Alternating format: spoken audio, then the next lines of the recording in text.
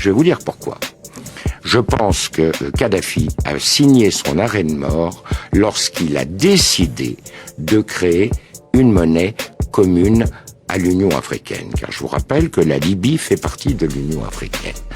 Que le siège de cette banque, de la banque qui devait émettre cette monnaie, avait déjà été fixé au Cameroun.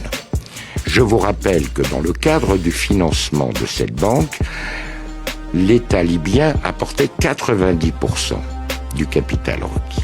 Ce qui permettait ainsi à l'Union africaine de sortir des griffes, ou des pays membres de l'Union africaine, de sortir des griffes des bailleurs de fonds internationaux dont l'aide repose sur le dollar. Ça a été pour lui une erreur cardinale. Car à partir du moment où il a pris cette décision... C'était en quelle année ? C'était en 2008-2009.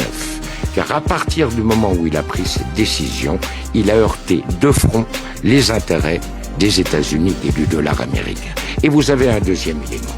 Du temps du régime, les compagnies pétrolières étaient strictement encadrées. Elles avaient des zones qui étaient exploitées, certes, mais elles avaient un quota de production qu'elles ne pouvaient pas dépasser. Il y avait des conditions financières extrêmement sévères. Prenez l'exemple de Total. Total devait reverser à l'État libyen plus de 85% du résultat de l'exploitation des zones pétrolières.